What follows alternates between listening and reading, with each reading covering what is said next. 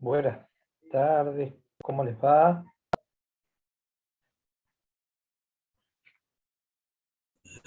Hola, profe, ¿Cómo andan? ¿todo bien?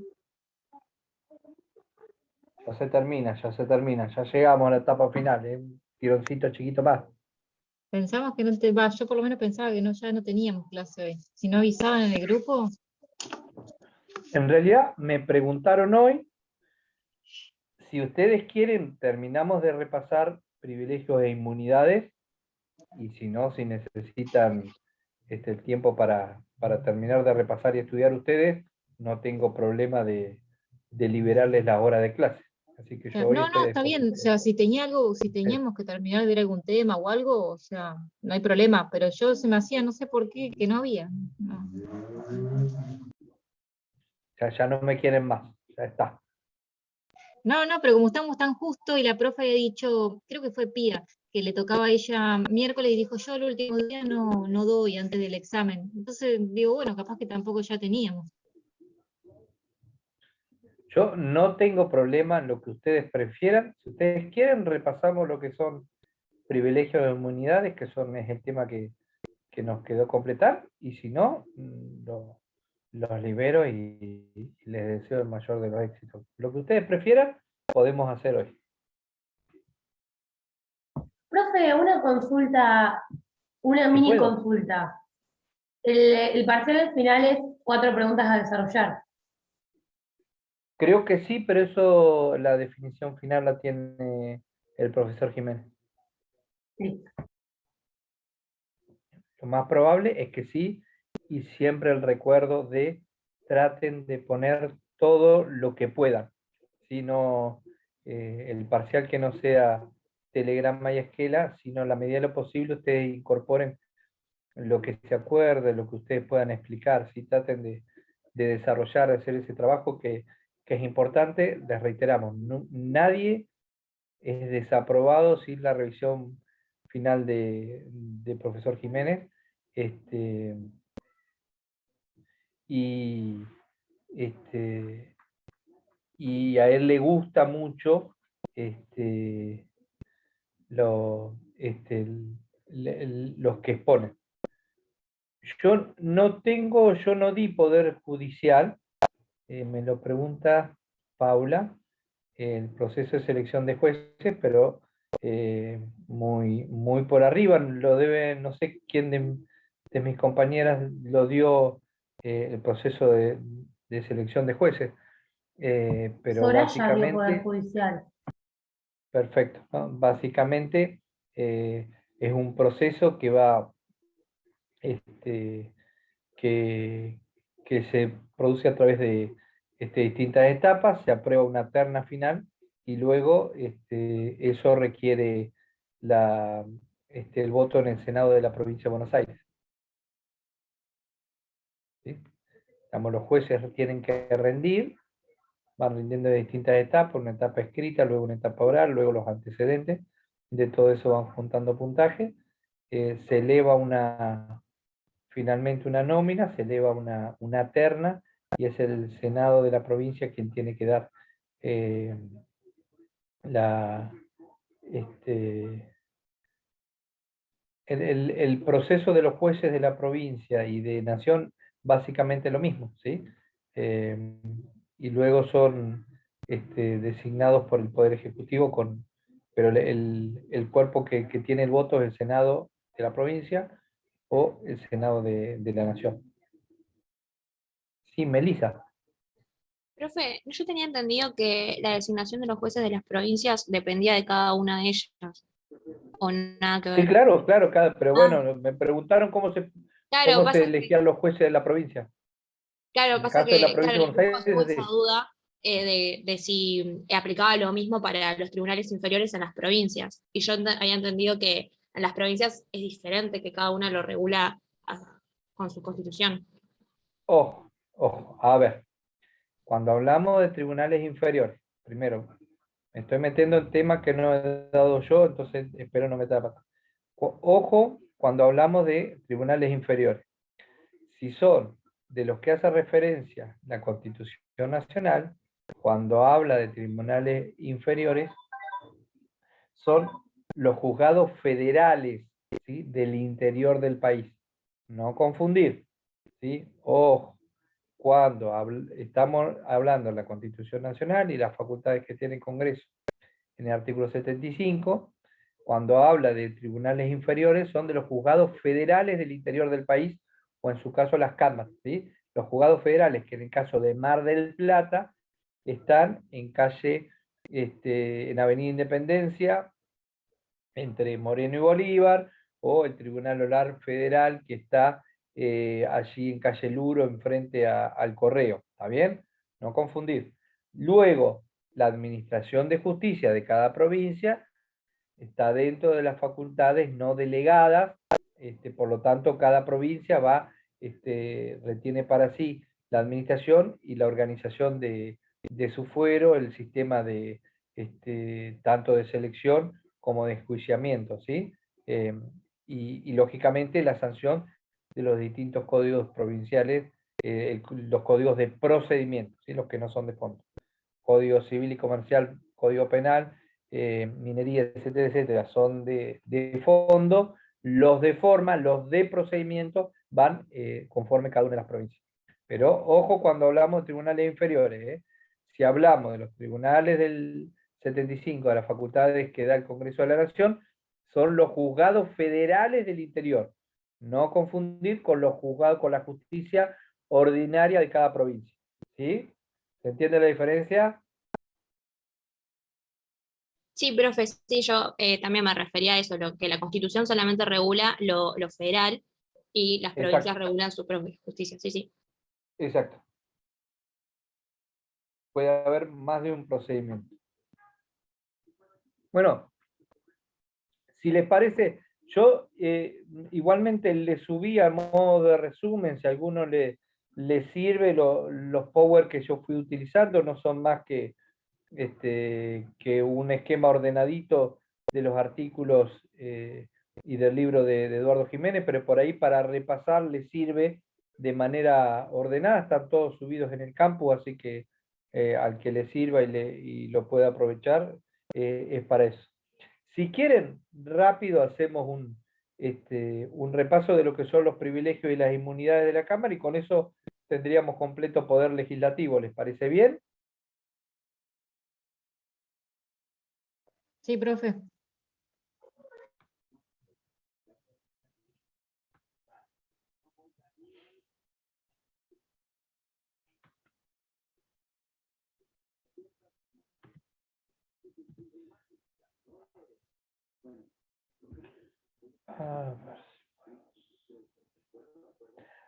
A ver, básicamente, cuando hablamos de privilegio e inmunidad de los legisladores, de esto hemos ido hablando algunas cuestiones, pero no, estamos entre el artículo 63 y el 74 de la Constitución Nacional, ¿sí?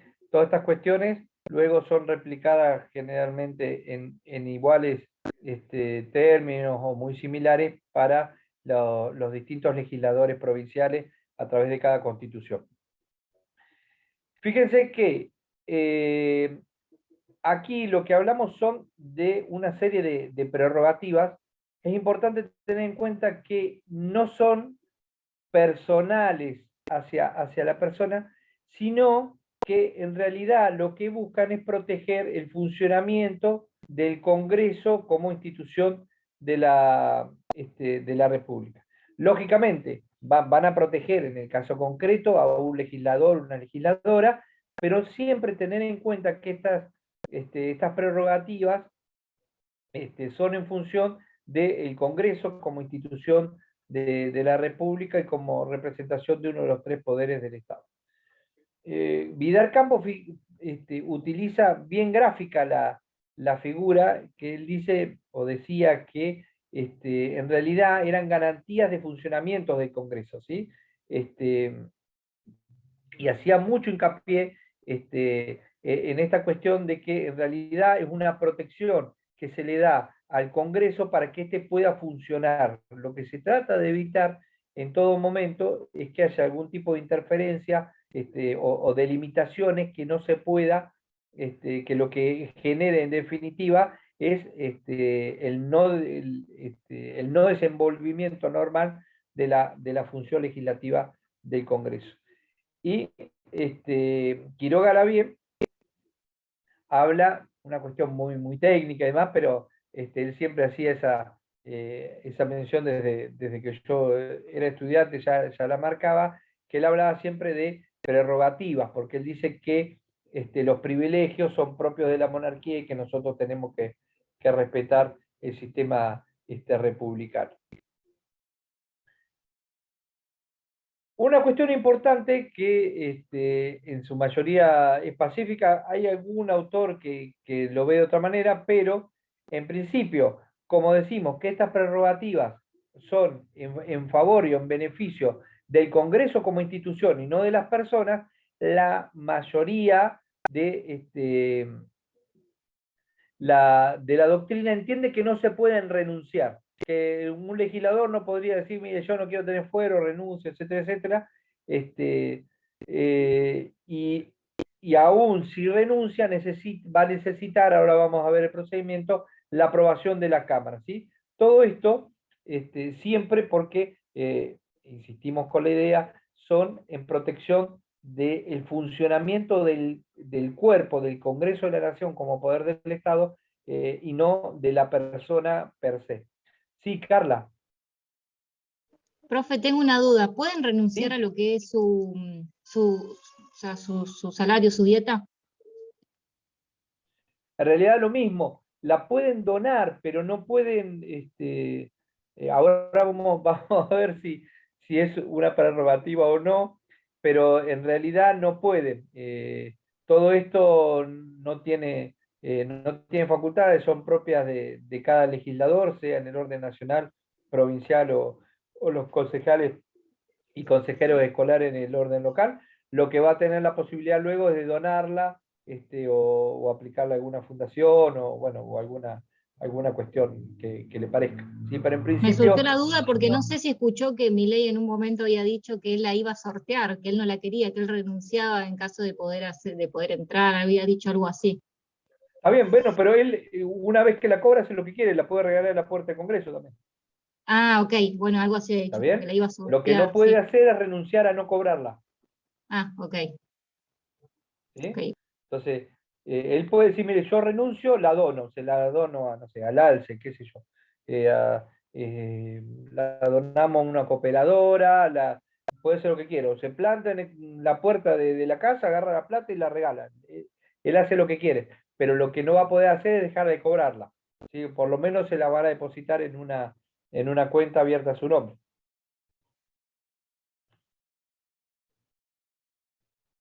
Fíjense que hay uno de los, creo que yo se los mencioné, hay uno de los primeros antecedentes que registramos, que es el que se conoce como antecedente Alem. ¿Sí? Alem es el fundador de la Unión Cívica Radical, un hombre de barba larga y blanca, muy característica su figura. Y la verdad que Alem quería llegar al poder por medio de la revolución, entonces empezaron con la revolución en 1890, que es la famosa revolución del Parque que da origen a la Unión Cívica Radical, pero después hay uno de los profesores, que es el doctor García Arenas, es muy gráfico, dice, Alem se levantaba a la mañana y organizaba una revolución, y era más o menos así.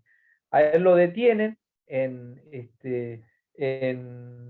Rosario, si no me equivoco. Él confiesa que era cierto que estaban intentando armar una revolución, que estaban trayendo armas desde Tucumán por ferrocarril y que se pone a disposición de la justicia. Y el problema es si podía quedar o no detenido, porque era senador de la provincia de Buenos Aires, era senador por la ciudad de Buenos Aires. Y allí la Corte Suprema lo que va a resolver es que primero tiene que ser puesto en libertad. ¿Por qué? Precisamente porque lo que estaba en juego es la representación de uno de los distritos en el Congreso de la Nación o concretamente en la Cámara de Senadores. Y sostiene, ¿sí? la Corte en este fallo Alem, que esta inmunidad sobre arresto que van a tener los parlamentarios, los senadores, los diputados, ¿sí? Lo que protege precisamente es el funcionamiento del Congreso. ¿Está bien? Y que lo que se le tiene que asegurar a la persona en a través de esta protección es la posibilidad de asistir y representar al pueblo a su representación en el Congreso, que cualquier otra limitación lo que está haciendo es una injerencia que excede los límites de parte del Poder Judicial. ¿Qué era lo que había pasado? De parte del Poder Ejecutivo, discúlpeme. ¿Qué era lo que había pasado? El juez en primera instancia los había puesto en libertad y el Poder Ejecutivo había mandado una orden para que los volvieran a arrestar, manifestando que estaba en juego la tranquilidad de la nación porque querían hacer una revolución y ellos habían confesado que eso era así. Pero ya la Corte Suprema en este primer fallo lo que dice es precisamente esto, es decir, bueno, estas inmunidades, estas prerrogativas, estas facultades que van a tener los legisladores, en realidad lo que están protegiendo es el funcionamiento mismo del Congreso como uno de los tres poderes del Estado. Y de ninguna manera puede tener injerencia sobre eso el Poder Ejecutivo, si no, le estaríamos dando una facultad extraordinaria que la Constitución no le da para que el Poder Ejecutivo, a través de denuncia o de cualquier mecanismo, lo que logre es ir deteniendo a distintos integrantes del Congreso, de tal manera que tendría una forma de impedir el funcionamiento normal y la representación popular. Los privilegios sí son de dos clases. Algunos son individuales y algunos son colectivos. Los individuales son básicamente tres: la inmunidad de opinión, la exención de arresto y la exención de proceso penal. No significa que no, los dos últimos, ahora vamos a ver que la inmunidad de opinión es de la más amplia y mucho más amplia que la idea original que sacamos de la tradición americana, pero la exención de arresto, si bien en una primera instancia, en determinadas circunstancias, puede ser que el legislador sea detenido, luego entra las facultades de cada cámara, y la exención de proceso penal no significa que el proceso no pueda avanzar, sino simplemente que el legislador va a estar protegido mientras dure su mandato. Y asimismo, hay algunas cuestiones que son colectivas, ¿sí? del Congreso y no privativas de cada uno de los legisladores, como son el juicio de las elecciones, la facultad de dictar sus propios reglamentos, el poder disciplinario que tienen las distintas cámaras legislativas, tanto la Cámara de Diputados como la Cámara de Senadores, y para cierta doctrina también sería un privilegio la remuneración de los legisladores. Yo coincido con la postura de Jiménez que el hecho de que cobren una remuneración y que tengan una dieta no lo hace un privilegio, sino simplemente es un reconocimiento al trabajo, y que esto no sería propiamente una protección especial, una prerrogativa. ¿Qué son el juicio de las elecciones? Este es primero de la facultad, de las prerrogativas que tiene de manera colectiva cualquiera de las dos cámaras del Congreso. Esto significa que las cámaras del Congreso lo que tienen facultades de hacer, que esto se va a estar haciendo en estos días, es la facultad de evaluar las características o las condiciones que tienen cada uno de los legisladores electos, previo a aceptarles o no el pliego y a que el legislador pueda jurar. Hasta que el legislador no jure y no toma posesión del cargo, no va a tener ninguno de los otros privilegios o de las otras inmunidades, ¿sí? que le dan los fueros, como son la protección contra detenciones, y etcétera, etcétera. Hay un caso que es paradigmático, ustedes se lo van a recordar, que es el caso de Patti, ¿sí? Que fue electo diputado nacional, él tenía los votos, había ganado, pero el Congreso, en una votación bastante dividida, lo que consideró es que era una persona que estaba en un proceso por delitos de lesa humanidad y acusado de haber cometido violaciones a los derechos humanos, de tal manera que el mismo Congreso, la misma Cámara de Diputados, le rechazó el fuero y no pudo asumir como legislador. Más allá de todo esto, es cierto que hoy estas facultades y esta posibilidad que tiene cada Cámara de ir evaluando la integración de su propio cuerpo, se ve limitada por esta figura que es la disciplina partidaria. Entonces, cuando tenemos digamos, la mecánica que se ve, la práctica todos los días, hace que muchas veces los partidos miren con un ojo lo propio y con otra vara distinta a los que están enfrente. Entonces, bueno, estas cuestiones van de a poco deformando el sistema, especialmente en estas cuestiones que tendría que ser mucho más transparente. Y lo que estaría en discusión es si el Poder Judicial tendría facultades para poder evaluar, es decir, bueno, a ver, el Congreso le rechaza el pliego a tal diputada o a tal senador. El legislador afectado tiene derecho a reclamar ante la justicia, mire, conmigo se está cometiendo un atropello, una injusticia, etcétera, etcétera. Yo entiendo que sí, que esa facultad la tiene y que podría buscar, en caso de una injusticia grave y notoria, la protección del Poder Judicial. En cuanto al reglamento de cada Cámara, esto es un privilegio que tiene, ¿sí? Conforme al artículo 67 de la Constitución Nacional, de cada Cámara de establecer su propio reglamento. Ustedes se acordarán, el año pasado hubo una discusión bastante acalorada a ver cómo lograban poner en funcionamiento entre la presencialidad y la virtualidad. ¿Sí? Entonces, sí, bueno, a ver, esto que teníamos pensado, que no teníamos pensado esta virtualidad, ¿cómo hacemos para probarlo por primera vez?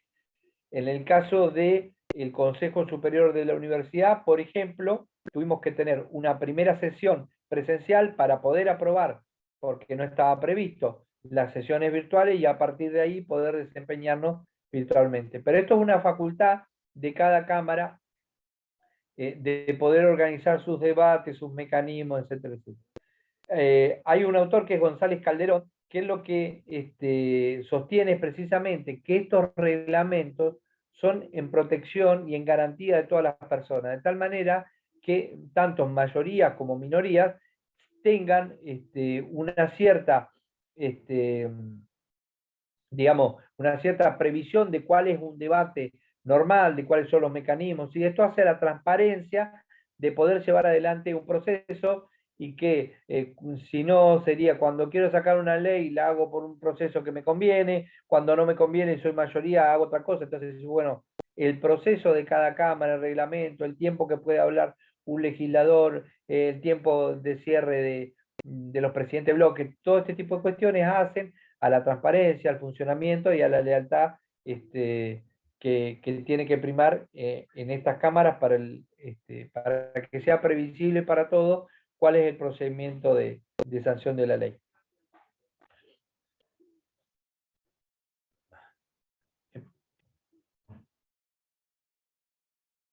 Esperen que estoy yendo al revés. También cada Cámara va a tener esto que son poder disciplinario de las cámaras legislativas. Ustedes se acordarán, el año pasado, en este proceso de pandemia, hubo un caso muy... Llegó mi hija, perdón. Un caso muy emblemático de un legislador que en plena sesión ¿sí? Estaba entretenido con las prótesis que se había puesto su novia, ¿sí? En ese momento, el presidente de la Cámara, aún siendo de su propio bloque, por vergüenza ajena, para la situación, le dice, señor legislador, señor diputado, fíjese lo que está haciendo, y es el mismo bloque el que primero le avisa que lo va a expulsar del propio bloque, y luego el legislador termina renunciando, ¿no es cierto? Pero bueno, un diputado que en plena sesión le está tocando los pechos a la novia, la misma Cámara tiene las facultades de llamarle atención y decirle, señor, fíjese lo que está haciendo. La verdad es una vergüenza, y tiene la posibilidad de excluirlo, de expulsarlo, o aceptarle en este caso la renuncia, como fue lo que ocurrió. ¿Qué es lo que van a poder hacer? ¿Qué es lo que van a poder hacer? Cada Cámara está, los supuestos están en el artículo 66. Puede ser desde una corrección disciplinaria, ¿sí? Llamarle la atención, señor legislador, mire, usted no puede gritar, no puede hacer esto, que yo.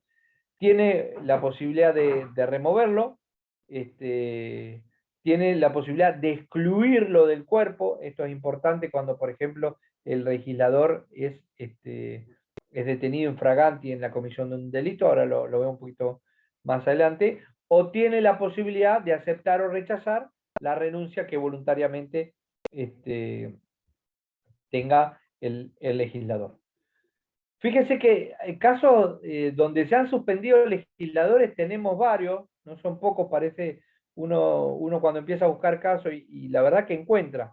En el 46, por ejemplo, 1946 se suspende por 3 sesiones a un diputado a raíz de, en el calor de un debate, insulta ya de manera exagerada una parte de la bancada opositora, y lo sancionan, lo suspenden por 3 sesiones únicamente. En el 88 se suspende por 3 sesiones efectivas a un diputado Cambareri, ¿sí? Porque había utilizado parte de lo que era el telex de la Cámara, era parte de la comunicación más nueva que tenía, y trataba de fogonear situaciones de inestabilidad en un momento donde había uno de los alzamientos cara pintada, etcétera, etcétera. Entonces, en vez de estar a la altura de las circunstancias, tratando de apaciguar y de generar tranquilidad para todos, fogoneaba y generaba desde la misma Cámara, mandaba telefax a distintos medios de prensa, qué sé yo, se lo suspende en el año 88. En el año 95 van a suspender por 45 días al diputado Varela Cid, y allí lo que la Cámara lo sanciona porque estaba tratando de aprobar una ley donde generaba una zona de beneficio económico, etcétera, etcétera, y el principal beneficiario era una empresa propia donde él tenía acciones. Entonces, bueno, la Cámara de Diputados le llama la atención y lo suspende por 45 días. Y en el año 2005 hay otro antecedente, que se suspende a un senador salteño, donde lo que se demostró es que había votado 2 veces. Había votado en el interior de la provincia y había vuelto a votar en la capital, pues, se había hecho agregar, había votado 2 veces. En una elección, entonces el Senado lo suspende. Perdón. Ahora, la Constitución le da al Congreso la facultad también de sancionar no solo a los propios, sino a personas extrañas a la composición de la Cámara. En este caso sería la situación donde terceros ajenos estén dentro del recinto o fuera del recinto, y lo que estén tratando es de suspender gritos, piedra, no sé, fuegos artificiales, mortero, lo que sea, lo que estén tratando de hacer es suspender la sesión, ¿sí? Donde se esté tratando alguna ley en especial. De esta manera, el Congreso también tiene facultades de mandar detener a esas personas, van a estar imputados por un delito, está específicamente tipificado en el Código Penal, que lo que trata de proteger siempre es el funcionamiento del Congreso.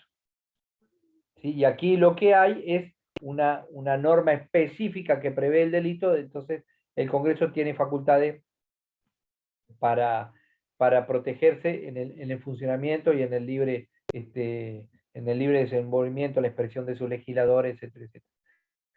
Como decíamos al principio, la remuneración de los legisladores para una parte de la doctrina sería también un privilegio. La verdad es que yo considero que está bien que se le reconozca al legislador, porque en muchos casos el legislador tiene que dejar su profesión durante 4 años para poder desempeñarse su función, pero lo que no considero que eso en sí conlleve un privilegio en la misma condición que todos estos otros que estamos dando mención. Esto no hace a la esencia y a la protección misma del cuerpo, sino que simplemente lo que busca es que la persona que está cumpliendo durante el mandato, el periodo, tenga la posibilidad de mantenerse económicamente. Este es un tema que sí es importante, ¿sí? El de inmunidad de opinión. Y esto es algo muy, muy importante, porque no se concibe un poder legislativo en el marco de una república sin que exista libertad de opinión, ¿sí? No puede tener persecución ideológica, aunque diga una barbaridad, salvo que sea una apología del delito directamente, no sé, que el legislador me proponga salir a matar a determinada, no sé, a determinada sector, a determinada persona, pero aún en las cuestiones más radicales, el legislador tiene derecho a expresar y a defender las ideas, un proyecto de ley, una crítica, un pedido de explicaciones o lo que sea, con la mayor de las vehemencias, ¿sí? Esto en algún momento lo reclamaban muchísimo. Fíjense que cuando existe un golpe de Estado, Poder Ejecutivo sigue funcionando. Poder Legislativo, con algún juez perseguido que se reunió, pero el Poder Judicial sigue funcionando. El que no funciona más es el Poder Legislativo. El Poder Legislativo, en cualquier golpe de Estado, en cualquier dictadura del mundo, deja de funcionar, ¿sí? Como representación de la voz del pueblo. Entonces, es importantísimo en un sistema democrático, para que funcione el Poder Legislativo, que el legislador tenga libertad de opinión y que pueda decir lo que considere.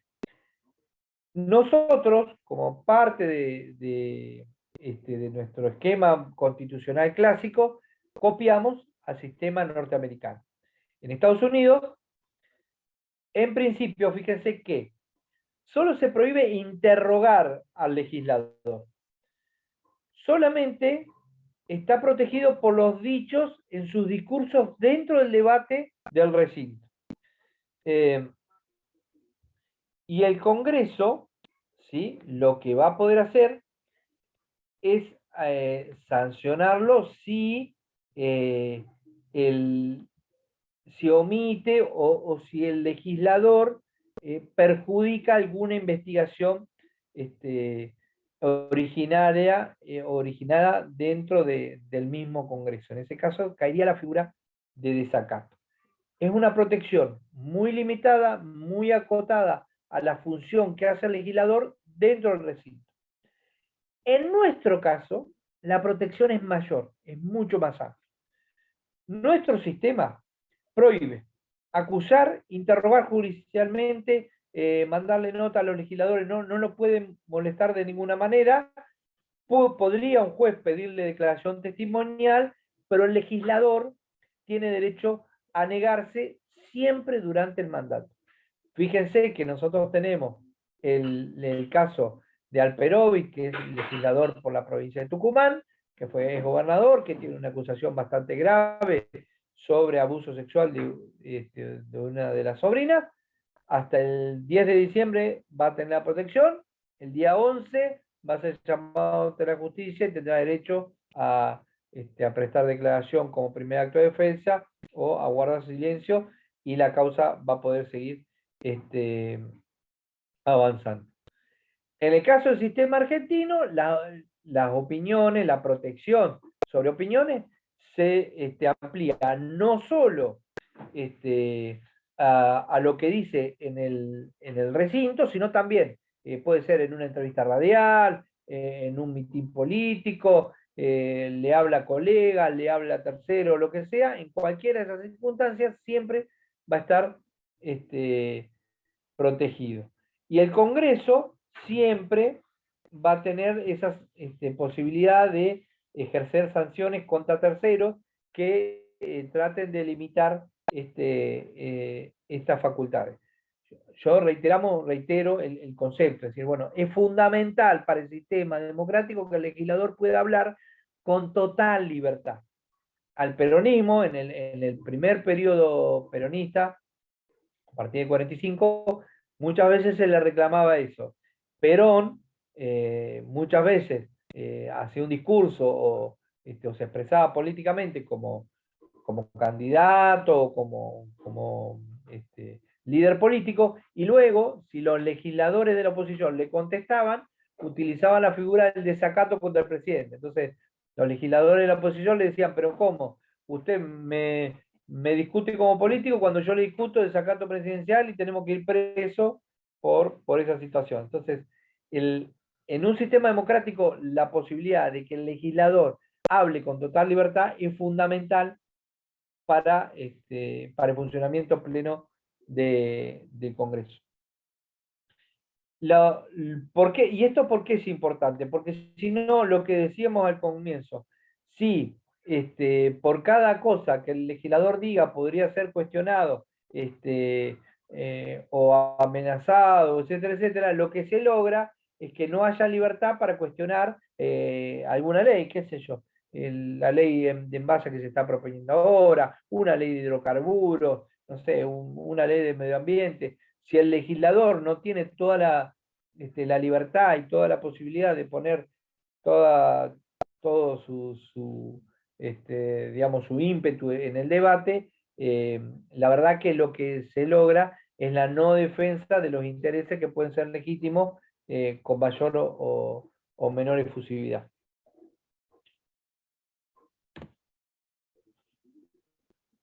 Pero, sí es importante tener en claro, esto creo que lo hemos dicho en alguna de las clases, que el legislador nunca va a quedar a cubierto si comete alguno de los delitos específicamente establecidos en la Constitución.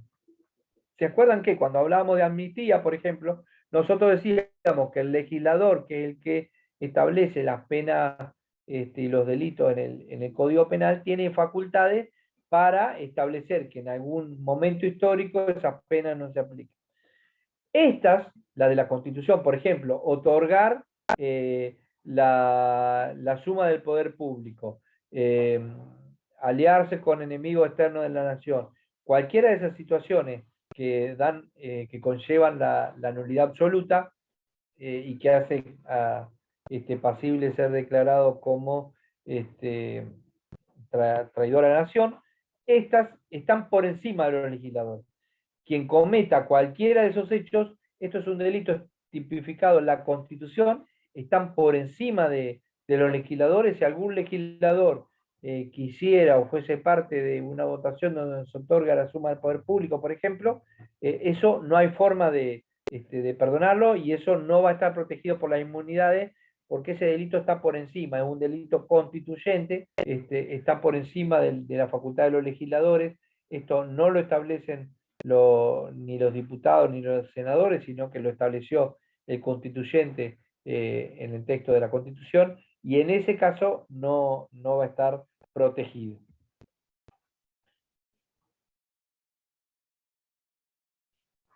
Vidal Campos era,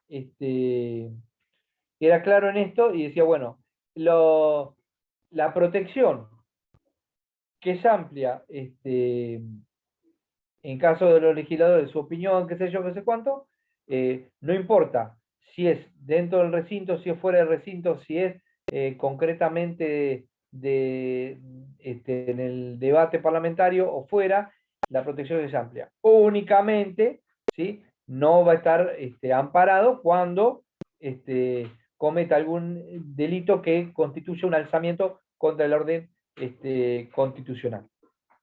Ahora, lo que no va a prohibir, lo que no prohíbe la Constitución es que el legislador sea testigo. Puede ser ofrecido como testigo y puede ir a participar y decir, mire, sí, yo soy testigo de esto que pasó así, así, y en ese caso es perfectamente válida su declaración testimonial y como todo testigo tiene obligación de decir la verdad. Y el segundo tema que es importante es la exención de arresto. ¿Está bien? Este privilegio, esta prerrogativa que tienen los legisladores, comienza desde el día que asume el mandato y termina el día que termina el mandato, de pleno derecho. ¿Está bien? Esta facultad la tiene en tanto y en cuanto asume y termina el día que culmina el mandato. No se necesita nada, no se necesita alguna declaración. Nada. Usted es legislador hasta el 10 de diciembre, el día 11 se terminó. ¿Está bien? Y como dijimos, lo protege del arresto,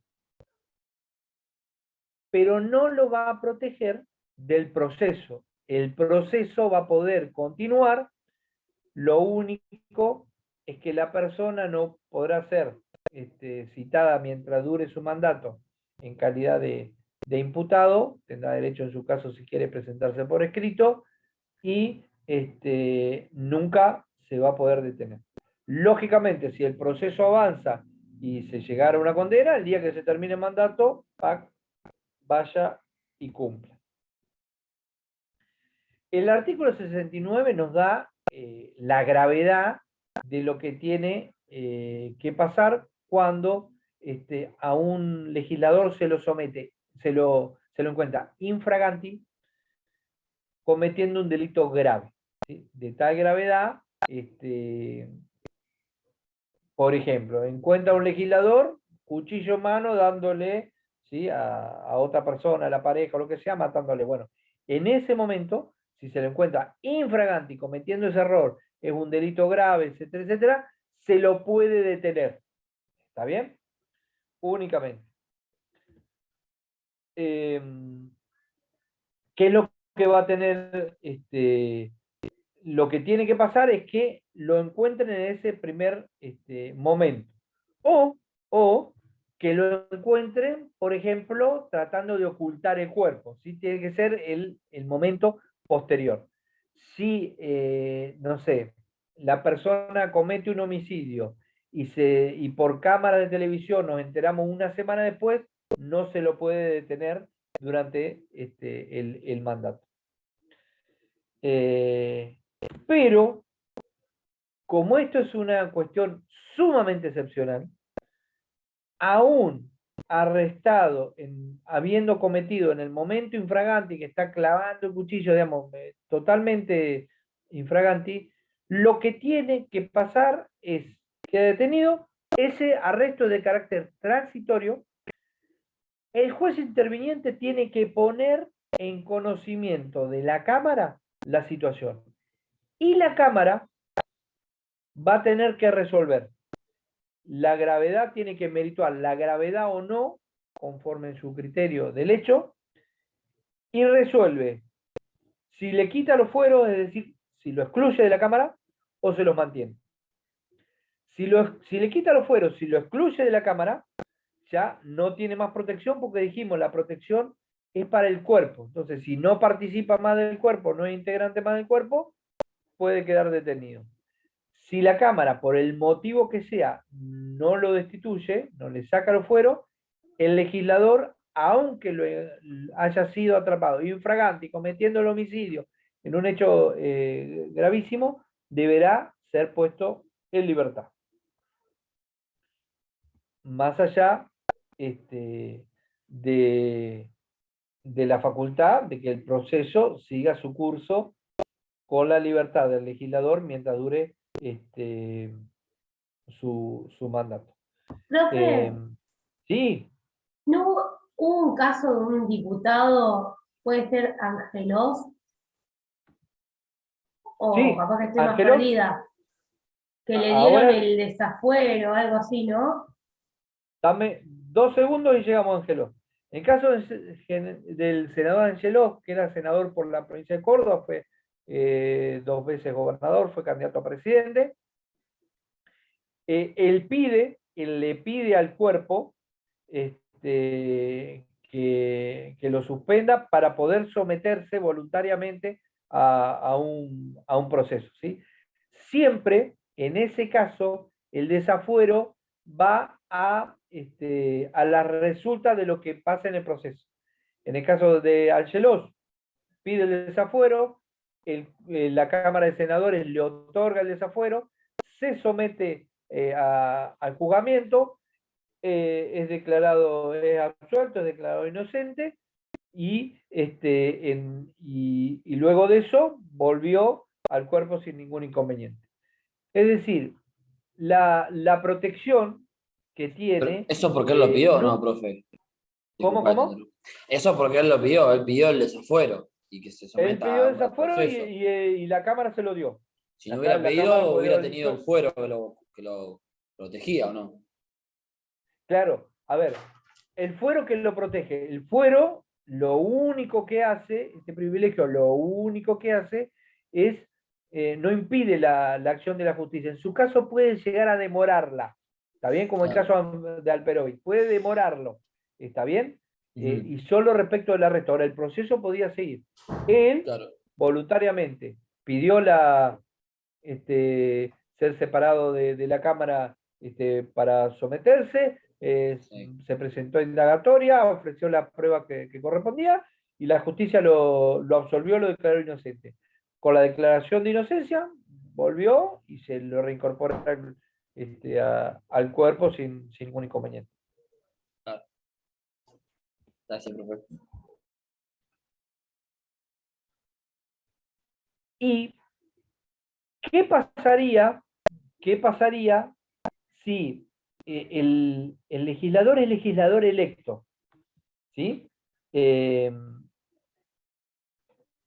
¿Qué habría que hacer? Decir, bueno, a ver, el legislador electo, y en ese momento comete un delito, o sea, un accidente grave donde termina muriendo una persona y demás. Bueno, el cuerpo tendría que decidir si tiene idoneidad o no para ser incorporado. ¿Está bien? Podría darse esa situación y es facultad del cuerpo decidir, en ese caso, si lo incorpora o no lo incorpora. No va a tener fueros en la medida que no pueda asumir el cargo. Ahora, si la persona, el legislador, asume su cargo y luego comete el ilícito, bueno, ya está, ya tiene su protección y hasta tanto el cuerpo no lo separe, va a tener hasta el último día de su mandato la protección. Si la Cámara respectiva le saca los fueros al legislador, ¿qué efectos produce? Primero, queda a disposición de la justicia. Queda suspendido en las funciones como legislador, es decir, va a tener que asumir un suplente, siempre a la resulta de lo que resuelve la justicia. Si la persona finalmente es encontrada inocente, tendrá todo el derecho de ser incorporado a, a la Cámara a la cual pertenece. Entonces, la Corte, fíjense que la Corte Suprema sostuvo que puede ser que un legislador pueda sufrir alguna privación de su libertad. ¿Está bien? Pero ¿qué pasa cuando pedimos la suspensión o la Cámara le saca los fueros por un delito y resulta que aparecen otra serie de delitos distintos? Bueno, en este caso, como la Cámara los separó del cuerpo, ahí entraría en el camino de cualquiera de los mortales, ¿se entiende? Es decir, si por algún motivo es excluido de la Cámara, pierde la protección, porque la protección siempre es en función y en privilegio de la Cámara. Por lo tanto, podría ser que la persona se quiera someter y dice, no, bueno, yo no tuve nada que ver con este accidente, y le aparezcan 6 denuncias más por distintos hechos. Bueno, en tanto y en cuanto ha perdido el fuero, tiene que hacerse responsable de todas las situaciones que aparezcan durante ese momento. Yo no tengo nada más para contarles de esto. No sé si tienen algunas preguntas, si se aburrieron demasiado, y si no, el mayor de los éxitos para todos, y espero que puedan rendir un buen examen. Gracias, profe. Se entendió todo, Nada profe. más. Perfecto. Los libero. Les agradezco la paciencia que me han tenido en mi primer cuatrimestre. Todo lo que consideren que ha estado flojo, que ha estado mal, que no se ha entendido, escucho o recibo lo que sea, siempre para tratar de mejorar y que los próximos sufran un poquito menos que ustedes. No. Profe, disculpe, ¿mañana hay Sí. clases presenciales? Yo creo que no, porque por esto que les había dicho Pía, pero Dijeron que no, creo. lo cotejo y en su caso Soraya les está confirmando. Mil gracias. Salvo que tengan muchas dudas y bueno, aprovechen la última clase para sacudir con todas las dudas que tengan y llegar lo mejor posible al examen. Y por favor escriban, redacten, sean prolijitos, en eso es importante, ¿sí? Si están más o menos, hay un tema que no saben, traten de explicarlo, traten de desarrollar, sean prolijitos en esa idea, que con eso pueden llegar al aprobado, y bueno, y después vamos por derechos humanos. Profe, una pregunta. En el ¿No módulo tiene más hay, preguntas? Sí, Melissa. en el módulo se habla sobre los tipos de leyes que emite el Congreso. ¿Eso es algo importante? O sea, profundizamos en eso, porque sé que no lo vimos en la clase.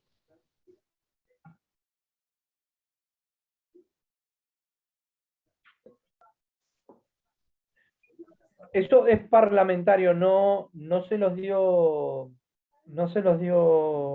Jiménez. No llegamos a ver todos los temas con Jiménez, pero igual había dicho él que por lo menos de sus unidades hay que estudiar todo, aunque no lo haya dado. Por las dudas, repasen aunque sea 2 líneas del texto. En general, las preguntas van a ser de los temas dados en clase, ¿sí? Por lo menos de la parte que yo di, aunque sea manera de resumen y ordenadito, tienen los power que creo que les va a seguir para repasar más rápido. Yo tengo una pregunta. ¿Sí? ¿Algún tema que digas que a Jiménez le encanta tomar, que lo tengamos que tener clarito? A ver, de lo que él haya dado,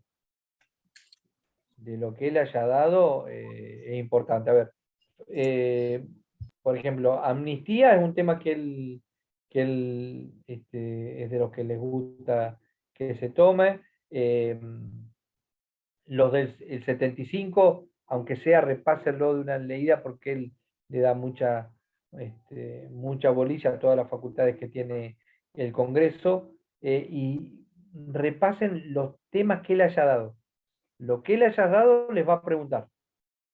Pasa que no vimos mucho, profe, con él. O sea, las ¿Qué porque les dio él? Pasa que hubo muy poquitas clases con él. ¿Cómo se designan, cómo se remueven los jueces? Eso creo que nos dio él, parece. La unidad 13 la llegamos a ver, creo, toda. Bueno, a ver, si les dio proceso de selección de jueces, repásenlo, tengan en claro la distinta etapa, porque eso seguramente va a ser pregunta. Ajá. Bueno. Gracias, profe. Hasta luego. Ejecutivo, ¿quién lo dio? De Poder Ejecutivo, ¿qué les dieron? Pía lo dio el Ejecutivo. Bien. Bueno, Opía. en clase, ¿qué Bien, les bien. dio? Todo. Todo. Día siempre les marca, esto es pregunta de examen. Eso es cierto. Siempre. Sí, es verdad. Pregunta de examen. Sí, sí, bueno. Lo que le haya dicho Pía, siempre marca, ¿esto qué es pregunta de examen? Es pregunta de examen, digamos, repásenlo, doble resaltado. Igual la más difícil es la unidad de Soraya, la de lo que es el sistema judicial. Por lo menos a mí es la que más me cuesta. Soraya dijo también en una de las Por- clases la incompatibilidad que poseen los jueces. Eso dijo que era pregunta de examen. ¿Por qué decís, Constanza, que es lo más difícil? Y porque es medio enroscado el orden federal, el orden provincial, que se llega a la Corte Suprema por apelación, por competencia originaria, que hay el artículo 116, 117, la profe quiere que los sepamos completos. Tipo, lo siento como muy, es como que es todo importante, todo. O bueno, o la profe nos dijo que era todo importante. A ver, el tema es, con esas cuestiones ustedes van a trabajar. Como eso, estén del lado que estén de la profesión, con eso ustedes trabajan. En general, la mayoría de las cuestiones para nosotros son del orden local. ¿Sí? Si tenemos cuestión de familia, todo eso es orden local, no hay nada en el fuero federal. Si tienen una demanda laboral, en principio va al fuero local. Las demandas penales, y bueno, a ver, un robo, un homicidio, etcétera, etcétera, justicia penal provincial. ¿Está bien? Lo que ustedes tienen que tener en cuenta es, bueno, hay algunas cuestiones que sí o sí van al fuero federal. Por ejemplo, narcotráfico, tráfico de armas o tráfico de lo que sea, todo eso es fuero federal. Si va en juego lo que es impuestos de AFIP. ¿Está bien? Si tenemos una demanda laboral, pero la persona trabajaba a bordo de un buque, el buque está sobre el agua, jurisdicción federal, por lo tanto, eso va a ir a un laboral, pero en el fuero federal. ¿Se entiende? Esas son las cuestiones que ustedes tienen que discernir. Y en principio, lo que la Constitución nos dice es que nosotros tenemos garantizado una doble instancia, es decir, hacemos un juicio de daño y perjuicio por un accidente. La compañía no nos quiere pagar la indemnización, reclamamos, hay una sentencia. Estamos conforme o no, o está disconforme la compañía, se apela para una revisión en cámara. ¿Por qué? Lo tuvo un juez de primera instancia, una sola persona, luego la garantía constitucional es que haya una revisión por parte de 3 personas. En principio, así se terminan los expedientes. Ahora, puede pasar que cualquiera de nosotros, digamos, yo quiero llegar a la máxima instancia en alguna de las facultades que me da la Constitución provincial. ¿Cómo llego a la Corte Suprema de Justicia, a la Suprema Corte de Justicia de la provincia de Buenos Aires? En principio, ya por una cuestión de montos, de temas que únicamente llegamos por un recurso de inaplicabilidad de ley o de constitucionalidad, etcétera, etcétera, ahí ya se nos va achicando, ¿sí? Tipo embudo, la posibilidad. Pero a su vez, puede ser que yo esté disconforme con ese fallo de la Suprema. Entonces me quedaría la posibilidad de ir, fíjense, en cuarta instancia, a la Corte Suprema de Justicia. Ahora, hay otros procesos que son más lineales. Por ejemplo, los clásicos juicios por reparación histórica de las jubilaciones. Esos son del fuero federal porque litigamos contra ANSES, que es organismo nacional, van por la Cámara de Seguridad Social y esos en general terminan en la corte. ¿Por qué? Porque la reparación, la indemnización y la adecuación de los montos no conforman a las partes, la demora, etcétera, etcétera, y terminan todo en resolución de la corte declarando alguna cuestión.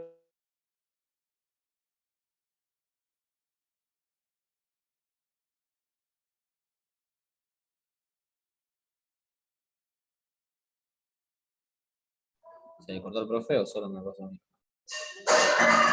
Me parece que se le cortó al profe.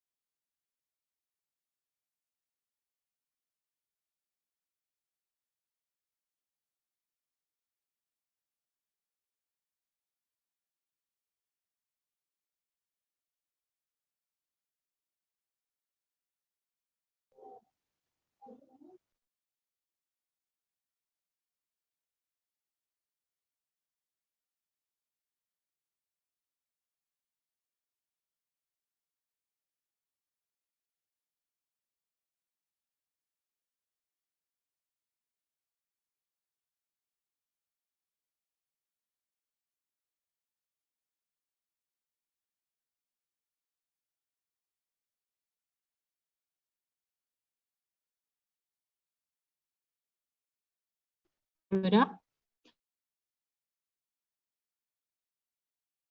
Capaz que ya ni entra el profe, tipo, como que ya dijo todo, ¿no? Ay, no sé. Recién entró, pero volvió a salir. Capaz que tiene problemas con la máquina. Lo que yo le quería preguntar, no nos mandaron nada de las charlas obligatorias esas que fue Lidita Carrió, ¿se acuerdan? A mí no me llegó ningún mail tipo como con certificado y esas cosas. Capaz que hace alguna pregunta, Jiménez. Capaz que tarda un poquito más, porque Sí, cuando capaz. fue el seminario de género me llegó como 4 meses después el certificado. Sí, sí, yo tengo miedo por si una vez te dicen, ah, no, vos no fuiste a la charla obligatoria, no sé qué. Pero bueno, ¿A alguien le corrigieron los trabajos prácticos o aún a nadie? No. no, nos van a corregir después de la fecha. No, y puse un mensaje, ¿vieron? En el campus de que la evaluación es mañana, el 25. ¿Cómo? Lo puso hoy, así que no sé por qué no corrijo los trabajos. Porque hay tiempo de entregarlo hasta mañana. Sí, pero la otra vez los entregaban más rápido, por más que estaba dentro de la fecha. Yo lo No, recibí antes. o sea, yo lo entrego hasta el final. Igual tendrían que estar corregidos antes, porque supuestamente no es que tienen que estar los dos aprobados para poder hacer el examen, por ende tendría que corregirlos y subir, se supone. Creo que era el requisito de entrega nomás. O todo el que lo entregó ya queda apto como Claro, para el creo que es examen. así.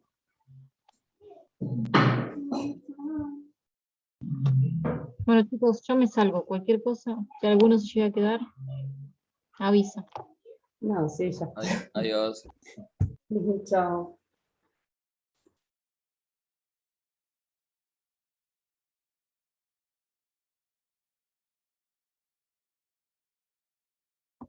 Che, qué raro que no se conectó más el profe.